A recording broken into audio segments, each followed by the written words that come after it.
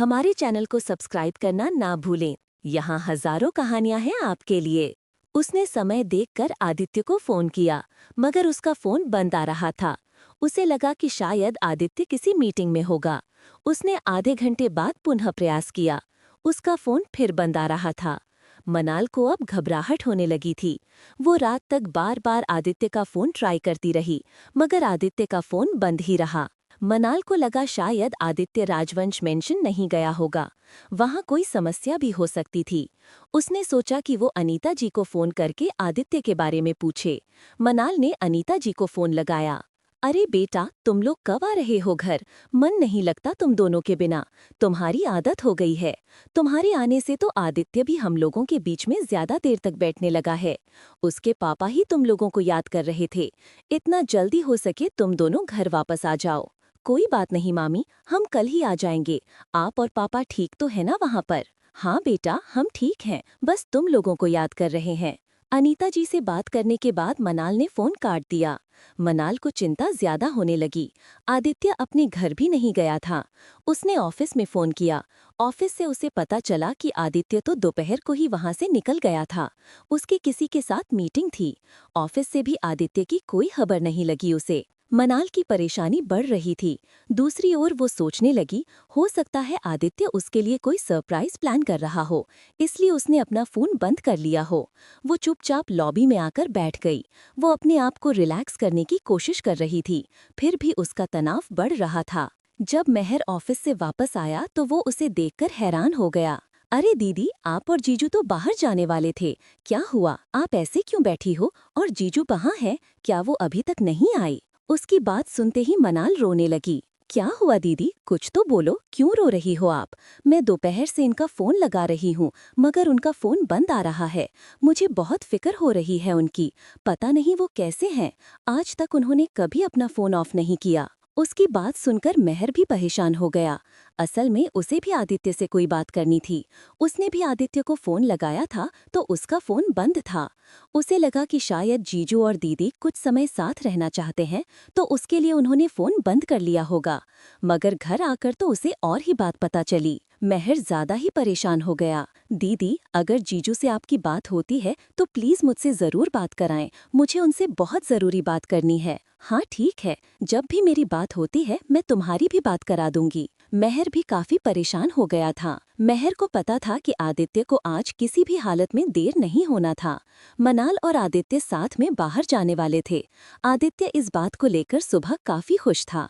उसे कुछ समझ नहीं आ रहा था, आदित्य इस समय कहाँ था और उसने फोन क्यों बंद किया हुआ था। रात के खाने का समय भी हो गया था, मगर आदित्य का फोन फिर भी बंद था। मनाल ने अनीता जी से सीधा सीधा पूछ लिया था कि आदित्य का फोन बंद आ रहा है। अगर आप किसी से बात हुई है तो मुझे बता दीजिए। सभी ने मना कर दिया था। किसी की भी आदित्य के साथ बात नहीं हुई थी। मनाल ने धर्मपाल जी, निशा, अधिराज सबसे बात की। अब घर के सभी लोग परेशान होने लगे थे। जैसे जैसे रात बढ़ रही थी, मनाल की परेशानी बढ़ती जा रही थी। मनाल के फोन पर अनीता जी का फोन आ गया। मनाल, जब तक तुझसे आदित्य की शादी नहीं हुई थी तो आदित्य अक्सर फोन बंद कर लेता था, मगर तुमसे शादी के बाद कभी नहीं हुआ कि उसका फोन बंद हो सकता है उसे कोई जरूरी काम हो जिसकी वजह से उसने फोन बंद कर लिया है। सुबह तक आदित्य वापस आ जाएगा। उसने मनाल को समझाने की कोशिश की। थक हार कर मनाल देर रात को सोने चली गई थी। दीपा भी उसे समझाने लगी, बेटा कोई बात नहीं, कई बार ऐसा काम हो जाता है। अंदर से चाहे दीपा जी का खुद का मन घबरा रहा था। महेश जी को उन्होंने कुछ नहीं बताया, क्योंकि वो पहले से ही इतनी बड़ी समस्या से निकले थे। मनाल समेत पूरा परिवार ही परेशान था। मनाल अपने मन को समझाने की कोशिश कर रही थी कि हो सकता है आदित्य को कोई ऐसा काम हो जिसकी वजह से उसने फोन बंद कर लिया हो। उसका फोन गुम भी तो हो सकता है, इसलिए उसका फोन नहीं लग रहा है। वो बिस्तर पर पड़े बस सोचती जा रही थी। नींद उसकी आंखों से बहुत दूर थी। वो सोच रही थी कि आदित्य जब सुबह जाने के लिए मना कर रहा था तो वो उसे रोक लेती। काम कौन सा जरूरी था? उसके मन में बहुत बुरे बुरे ख्याल आ रहे थे। आधी रात को मेहर ने उसके कमरे का दरवाजा खटखटाया। वो मेहर से पूछने लगी, क्या हुआ? क्या तुम्हारी आदित्य से बात हुई है? मेरी तो कोई बात नहीं, मगर क्या आपकी जीजू से कोई बात हुई है? नहीं, क्यों? क्या हुआ? तुम इतनी रात को आदित्य की बात कर रहे हो, सब ठीक तो है ना? दीदी आप टीवी ऑन करके देखिए। मेहर ने उसे कहते हुए उसके कमरे का टीवी ऑन कर दिया।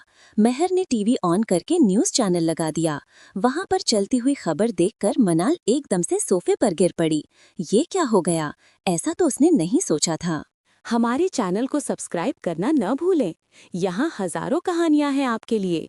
दीदी, आपने टीवी ऑन करके देखा है? ये कहते हुए मेहर ने कमरे का टीवी ऑन कर दिया। मेहर ने टीवी ऑन करके न्यूज़ चैनल लगा दिया। वहाँ चलती न्यूज़ देखकर मनाल एकदम सोफे पर गिर पड़ी। मैं तो सो गया था, मुझे फोन आने लगे तो मैंने न्यूज़ चैनल देखा। मुझे लगा आपने भी ये न्यूज़ नहीं देखी होगी, इसलिए मैं आपके पास चला आया। नहीं, ये नहीं हो सकता, बिल्कुल भी नहीं हो सकता। मनाल रोने लगी। नहीं दीदी, ये रोने का समय नहीं, आदित्य को बचाने का समय है। तुम बताओ, इसमें कितनी सच्चाई हो सकती है? मुझे लगता है एक पति की सच्चाई पत्नी के अलावा दूसरा नहीं बता सकता। इसलिए ये बात कितनी सच है, कितनी झूठ, तुमसे ज्यादा कोई नहीं जानता। मेहर मनाल का जवाब सुनना चाहता था।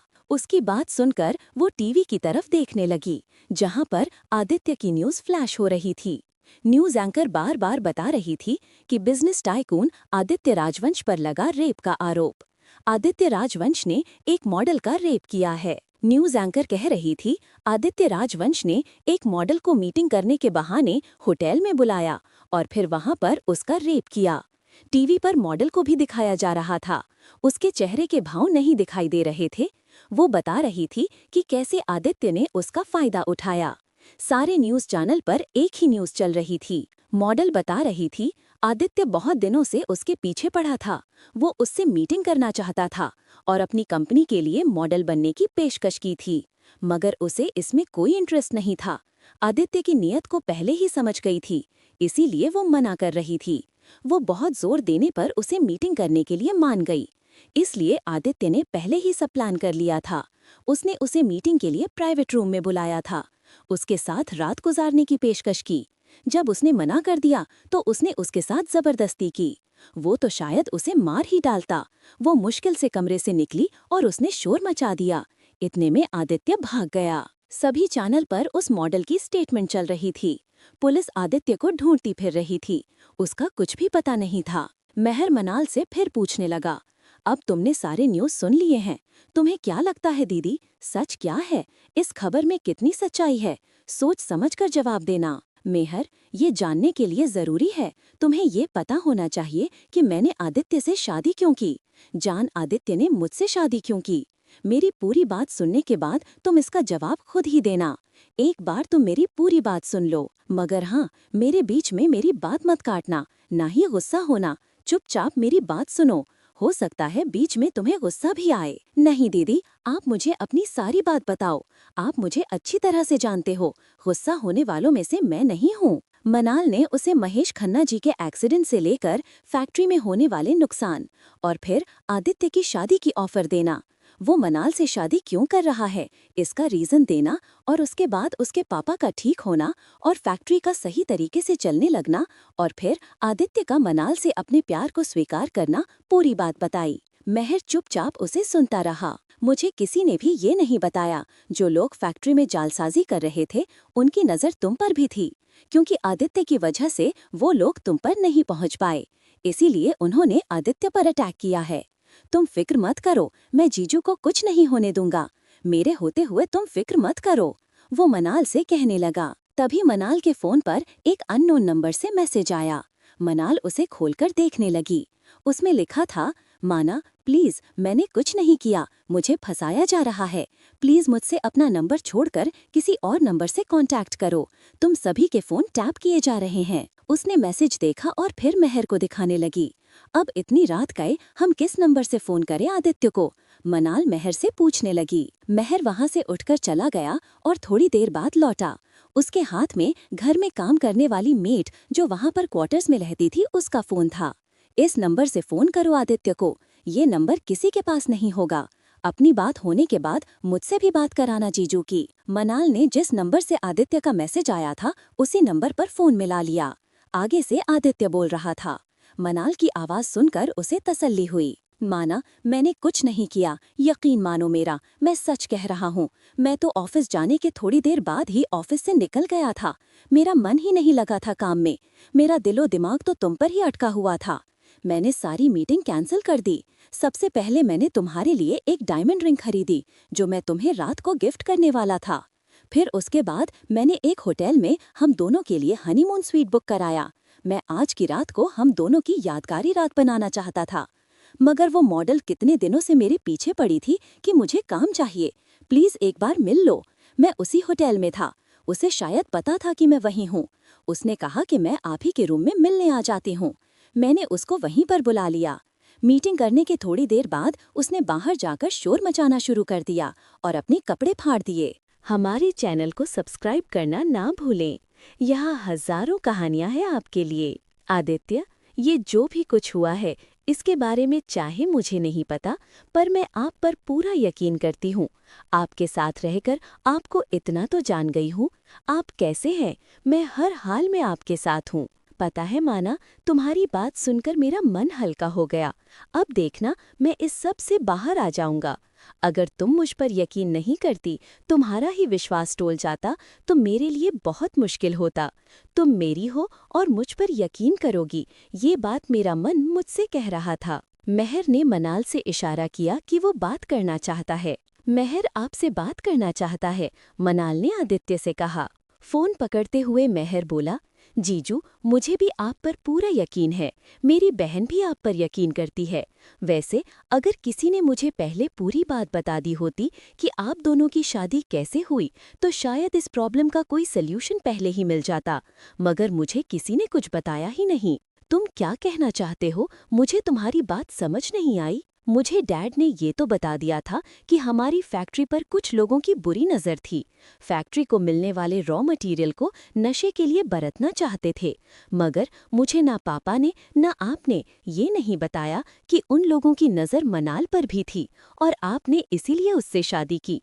उनका प्लान काफ़ी खतरनाक था। मुझे लगा मेरी मनाल से शादी हो गई, बात खत्म हो गई। और वैसे भी एक भाई को ये बात बतानी थोड़ी मुश्किल थी। इस बात का जो इल्ज़ाम मुझ पर लगा है, उससे इस बात का क्या संबंध है? मुझे तुम्हारी बात समझ नहीं आई। मैं पहले दिन जब ऑफिस गया था तो मैं एक सिंपल एम्प्लॉय की तरह ही गया था। वहाँ पर मुझे कोई नहीं जानता था। जो जानते थे मैंने उनको बताने से मना कर दिया था। फिर मैं ऑफिस के बाद फैक्ट्री चला गया। वहाँ पर भी मैंने अपने बारे में कुछ नहीं बताया। वहाँ की कैंटीन पर मैं चाय पीने के लिए बैठ गया। मेरा मकसद वहाँ बैठकर चाय पीने का ये था कि मैं मजदूरों की मुश्किलों के बारे में जान सकूं। वहाँ पर चाय पीते हुए मेरे कानों में कुछ बातें पड़ी। वो लोग बात कर रहे थे। उस साली को चाहे उसने बचा लिया, उससे शादी कर ली, मगर जिस पर एक बार भाई की नज़र पड़ जाती है, वो उसे नहीं छोड़ता। अब साली भाई के बिस्तर पर आएगी और उसका वो अमीर पति जाएगा जेल। क्या समझता है, भाई से पंगा लिया है उसने। और फिर अब तो उसके घर में भी कोई है जो भाई की हेल्प करेगा। ऐसा इंतजाम करेंगे, उसका मुंह छुपाता फिरेगा साला। उसकी बीवी भी उसको देखना पसंद नहीं करेगी। सभी लोग उससे नफरत करेंगे। उसको पता नहीं उसने किससे पंगा लिया है। उन लोगों की बात सुनकर मैं उठकर उन्हें देखने भी गया। मुझे किसी ने बुला लिया। जब तक मैं जाकर देखता, वो लोग उठकर जा चुके थे। मेहर की बात सुनकर आदित्य परेशान हो गया। तो फिर अब मुझे क्या करना चाहिए? सच, ये तो बहुत फिक्र की बात है। अगर उनका कोई आदमी मेरे ही घर में है। जीजू, आपने अभी तक घर में तो कोई बात नहीं की? किसी को कोई फोन या मैसेज तो नहीं किया? नहीं, बस मैं हम डैड को मैसेज करने ही वाला था। अब आप मैसेज मत करिए, मेरे पास एक प्लान है। सबसे पहले हमें ये पता लगाना होगा कि आपके घर में वो कौन है। कोई घर काम करने वाला है, आपके ऑफिस में है, जो उनसे मिला हुआ है। ये बात तो सच है कि कोई वो आपका बहुत ही नजदीकी है। क्या प्लान है तुम्हारा, बताओ मेहर मुझे। सबसे पहले हम ये दिखाते हैं कि इस इंसिडेंट से दीदी आपसे दूर हो गई। मैं भी मीडिया में आपके खिलाफ बयान दूंगा। तो इस समय आप अपने नज़दीकी लोगों को नोट करो कि कौन आपको कैसी सलाह देगा, कौन इस बात से खुश होगा और कौन आपको समझाने की कोशिश करेगा। और इस बात के बाद उनका ध्यान दीदी से भी हटेगा। उन लोगों को लगेगा कि वो लोग अपने मकसद में कामयाब हो रहे हैं। आप भी अपने लोगों के सामने मुझ पर बहुत गुस्सा हो जाएं और मेरा नुकसान करने की बात कीजिए। मुझे दीदी के साथ साथ निशा की सिक्योरिटी की भी फिक्र है, क्योंकि वो लोग आपकी कमजोरियों पर सबसे पहले हमला करेंगे। बात तो तुम्हारी बिल्कुल सही है मेहर, ठीक कह रहे हो तुम। मुझे कुछ ऐसा ही करना चाहिए। तुमसे बात करके कम से कम मुझे ये तो पता चल गया कि मेरे दुश्मन कौन है। इससे पहले तो मुझे समझ ही नहीं आ रहा था कि मेरे खिलाफ ये किसने किया। अब मैं उन लोगों को हैंडल कर सकता हूँ। रही बात मेरे घर में उनका आदमी कौन है, तो वो भी तुम्हारे इस आइडिया से जल्दी ही पता लग जाएगा। तुम मनाल का ध्यान रखना, उसकी सिक्योरिटी की तरफ बिल्कुल लापरवाह मत होना, और साथ में निशा को भी तुम ही फोन कर लेना। वैसे तो उसकी सिक्योरिटी हर टाइम उसके साथ रहती है। अगर वो मेरी बात नहीं मानेगी, तुम्हारी बात मान जाएगी। इसीलिए अपनी बहन और मेरी बहन दोनों की जिम्मेदारी अब तुझ पर है। उन दोनों को तुम समझा कर रखना। आदित्य हंसने लगता है। जीजू, मैं आपसे एक बात कहूँ, आपके पास आपके ऑफिस को छोड़कर अलग भी तो आपका सिस्टम होगा। आप इतने बड़े बिजनेसमैन हैं। आप अपने पूरे घर वालों की इन्फॉर्मेशन निकलवाइए, जिसमें हमारा परिवार भी आता है। जो भी कोई होगा आपके परिवार में से ही कोई है। उसके बाद सुनकर आदित्य समझ गया कि मेहर उसका नाम नहीं लेना चाहता। मेहर को उसके बारे में भी कुछ पता है। मेहर, अगर तुम्हें कुछ पता है तो प्लीज मुझे बता दो। मुझे सिर्फ शक है और मैं ऐसे किसी का नाम नहीं लेना चाहता, इसीलिए आपसे कह रहा हूँ। आप अपने आसपास के सभी लोगों की इन्फॉर्मेशन निकलवाइएगा। जो भी होगा आपके सामने आ जाएगा। हमारे चैनल को सब्सक्राइब करना न भूलें।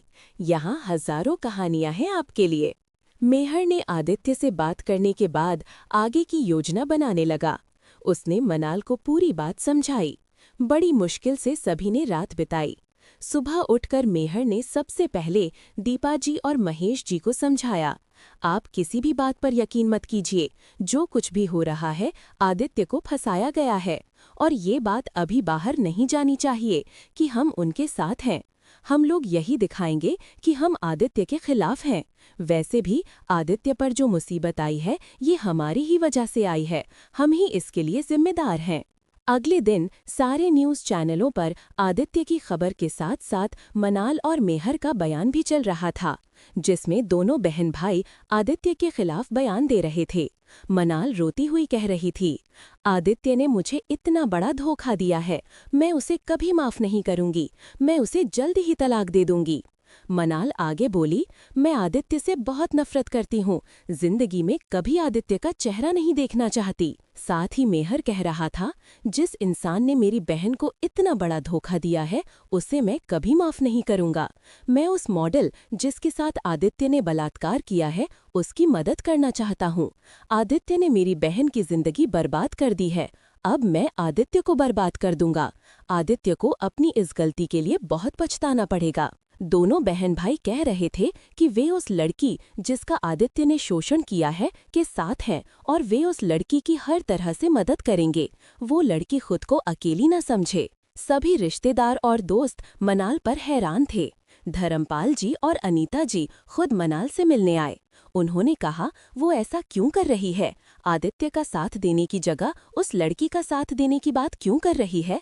हमारा आदित्य कभी ऐसा नहीं कर सकता। वो लड़की झूठी है। मनाल ने उनसे अच्छी तरह बात नहीं की और वहां से उठकर चली गई। मेहर ने भी उन्हें बहुत बुरा भला कहा और उन्हें घर से निकाल दिया। आदित्य ने अपने आदमी को अपने आसपास के सभी लोगों की जानकारी निकालने के लिए लगा दिया था। साथ ही उसने अपने सारे घर वालों की जानकारी भी निकालने को कहा। पुलिस आदित्य को जगह जगह ढूंढ रही थी। उसका छिपना मुश्किल हो रहा था। मेहर मनाल को लेकर बहुत फिक्र में था। उसे मनाल की बहुत चिंता थी। वो मनाल को कहीं दूर भेजना चाहता था। आदित्य की मुसीबत का पता चलने पर जब उसके लिए छिपना बहुत मुश्किल हो गया, तो उसने एक योजना बनाई। मेहर को आदित्य और मनाल दोनों की बहुत चिंता थी। मेहर ने आदित्य को फोन किया, जीजू, अभी आप सामने नहीं आ सकते। आपको कुछ दिनों के लिए और छिप कर रहना पड़ेगा। तब तक हम उन लोगों के खिलाफ जो आपके खिलाफ काम कर रहे हैं, सबूत तैयार कर लेंगे। उस दौरान आप पुलिस के हाथ नहीं लगने चाहिए। अभी आपको छिपकर रहना है। मेहर, मैं खुद ही सोच रहा हूँ कि क्या करूँ।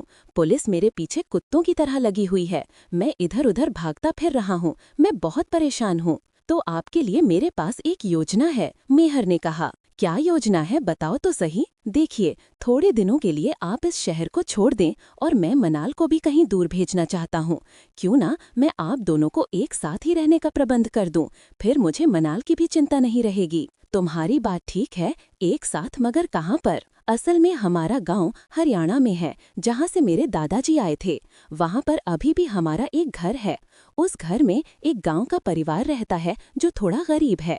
उन्हें रहने का ठिकाना मिल गया और हमें लगा कि हमारे घर की देखभाल होती रहेगी। जब तक दादाजी जिंदा थे तो वे हर साल वहां जाया करते थे। उनके साथ मैं और मनाल भी वहां जाया करते थे। मगर उनके जाने के बाद माँ बाप ही साल 2 साल में कभी कभार जाते हैं। अगर आप चाहें तो मैं आप दोनों के रहने का प्रबंध वहां पर कर देता हूँ। मेहर, वो लोग तुम्हारे पर भी तो नजर रख रहे होंगे, तुम्हारी हर गतिविधि को देख रहे होंगे। ऐसे में तुम हमें वहां कैसे भेजोगे? बिल्कुल, उनकी नजर मुझ पर है, बल्कि वे लोग मुझसे संपर्क करने की कोशिश भी कर रहे हैं ताकि आपके खिलाफ और कार्रवाई हो सके। कल मैं और मनाल आपके खिलाफ केस करने के लिए वकील से मिलने जा रहे हैं। वहीं से मैं मनाल को निकाल दूंगा। वो तो ठीक है, मगर मुझे डर लग रहा है, तुम्हारे और मनाल के लिए भी। कहीं मनाल की जान खतरे में न डाल दूं। आप बिल्कुल फिक्र मत कीजिए। जब से मैं आपके खिलाफ हुआ हूं, उन लोगों का ध्यान मेरी तरफ बहुत कम हो गया है। और फिर अभी वे मनाल को भी नहीं छेड़ना चाहते, क्योंकि अगर मनाल के खिलाफ इस समय वे कुछ करते हैं तो उनका ध्यान आपकी तरफ कम हो जाएगा। इस समय मुझे लगता है शायद वे लोग आप पर अपना ध्यान रखे हुए हैं। मुझे आपको एक और खबर भी देनी थी। हाँ बताओ, और क्या खबर है? प्लीज बुरी खबर मत सुनाना, मैं पहले ही बहुत परेशान हूँ। मैं कल उस मॉडल प्रिया मल्होत्रा से मिलने गया था। बहुत हमदर्दी दिखाई मैंने उसके पास जाकर। जिस आदित्य ने मेरी बहन की जिंदगी बर्बाद कर दी, मुझे उसे बर्बाद करने के लिए उसकी मदद चाहिए। अब वो मुझ पर विश्वास रखने लगी है। मेहर आदित्य को बताने लगा। क्या? हमारे चैनल को सब्सक्राइब करना ना भूलें। यहाँ हजारों कहानियां हैं आपके लिए। हाँ बताओ, और क्या खबर है? प्लीज बुरी खबर मत सुनाना, मैं पहले से ही बहुत परेशान हूँ। अब कोई ऐसी खबर नहीं सुनने की हिम्मत नहीं है जिससे परेशानियां बढ़ जाएं।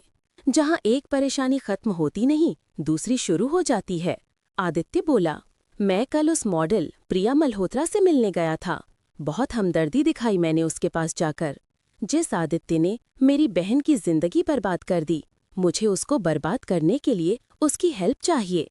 अब वो मुझ पर विश्वास रखने लगी है। मेहर आदित्य को बताने लगा। मेहर, बात तो ठीक है कि तुम मन्नाल को वहां से निकाल दोगे, मगर निकालोगे कैसे? दुश्मनों की नजर तुम्हारे और माना के ऊपर है। वे तुम्हारी हर एक्टिविटी को नोट कर रहे होंगे। मुझे समझ नहीं आ रहा कि तुम जो बात कह रहे हो वो पूरी कैसे करोगे। ये बात आप मुझ पर छोड़ दो। वैसे मैं आपको एक राज की बात बताऊं। जिस वकील के पास हम जा रहे हैं, वो यूनिवर्सिटी में मेरा सीनियर था। हमारी अच्छी दोस्ती थी। वो मेरी बहुत हेल्प कर रहा है इस केस में। इसलिए आप इस बात की टेंशन मत लो। मैं उसके साथ हर बात शेयर कर सकता हूँ, और वो एक वकील के साथ साथ मेरे दोस्त की तरह भी मेरी हेल्प कर रहा है। उसने मुझसे कहा है, माना दी को कैसे निकालना है वो उसकी जिम्मेदारी है। मुझे तुमसे एक बात और भी पूछनी थी। तुमने मुझसे कहा था मेरे परिवार में कोई है जो मेरे ही खिलाफ है। तुमने मुझसे ये बात किस आधार पर कही थी? आखिर जो तुम्हें पता है तुम मुझे आराम से बता सकते हो मेहर। कोई बात मत छुपाना मुझसे। जीजू, ये बात सच है ना? अगर आप दोनों का तलाक होता है, नानी की जो प्रॉपर्टी है वो किसी आश्रम में चली जाएगी। हाँ, नानी की वसीयत के मुताबिक। अगर मेरी वाइफ के साथ तलाक होता है तो सारी प्रॉपर्टी किसी बनारस के आश्रम को चली जाएगी। इसका मेरे ऊपर रेप के इल्जाम से क्या मतलब? मुझे तुम्हारी बात समझ नहीं आई मेहर। आदित्य ने पूछा। मुझे नहीं पता, मगर उस आश्रम का संबंध आपके ही परिवार से है। अगर उस आश्रम को प्रॉपर्टी जाती है तो सोचकर बताइए इसका फायदा किसे होता है। मुझे इस बात के बारे में इतना ही पता चला है। फिर आप फिक्र मत कीजिए, जल्दी ही मैं सारी बात पता लगा लूंगा। चलो दी, आज वकील के पास जाकर तुम्हारे लिए तलाक की बात करते हैं। तुम आदित्य से तलाक ले ही लो। सही बात है मेहर, मैं उस इंसान के साथ अब नहीं रहना चाहती। इसलिए तलाक की बात करने हम वकील के पास जा रहे हैं। दोनों गाड़ी में बैठते हुए बात कर रहे थे। वे जानबूझकर बातें कर रहे थे ताकि जो लोग उन पर नजर रखे हुए हैं वे यही समझें कि वे दोनों वकील के पास आदित्य के साथ तलाक की बात करने जा रहे हैं। असल में वकील मोहन मित्तल ने अपने ऑफिस से ही माना को निकालने का प्रोग्राम बनाया हुआ था। प्रोग्राम इस तरह का बनाया था कि माना पर नजर रखने वालों को पता भी नहीं चलना था कि माना वहां से निकल चुकी है।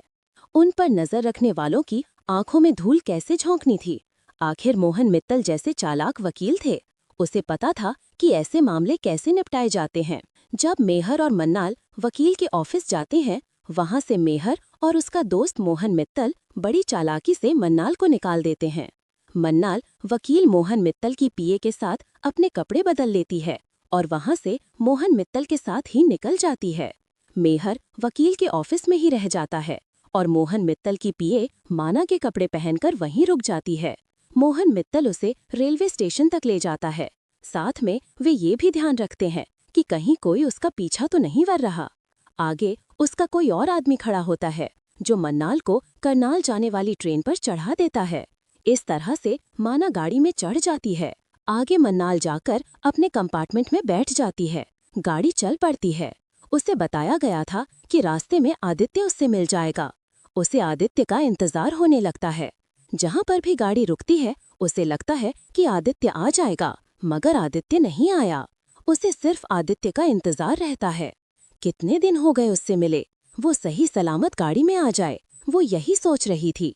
उसे बहुत घबराहट हो रही थी। एक छोटे से स्टेशन पर एक दाढ़ी और लंबे बाल वाला आदमी ट्रेन में चढ़ता है। वो आकर मन्नाल के पास बैठ जाता है। मन्नाल उस पर ध्यान नहीं देती। वो धीरे धीरे बिल्कुल मन्नाल के साथ लग जाता है। मन्नाल को परेशानी तो हो रही थी, मगर वो उस पर ध्यान नहीं देना चाहती। असल में मेहर ने मोहन मित्तल से वो पूरा कंपार्टमेंट माना और आदित्य के लिए ही बुक कराया था। अब वहाँ पर वो आदमी आ गया था जो मन्नाल को परेशान कर रहा था। मन्नाल अपने बैग से किताब निकाल लेती है। मन्नाल चुपचाप बैठकर अपनी किताब पढ़ने लगती है। फिर बैठे बैठे मन्नाल को ख्याल आया कि लंबे बाल, बड़ी हुई दाढ़ी, आंखों पर काला चश्मा, कहीं आदित्य तो नहीं है, इसने भेस बदला हो। वो समझ गई थी कि आदित्य ही है जो उसके साथ टाइम पास कर रहा है। आदित्य उसे छेड़ता तो रहा, मगर बोला नहीं।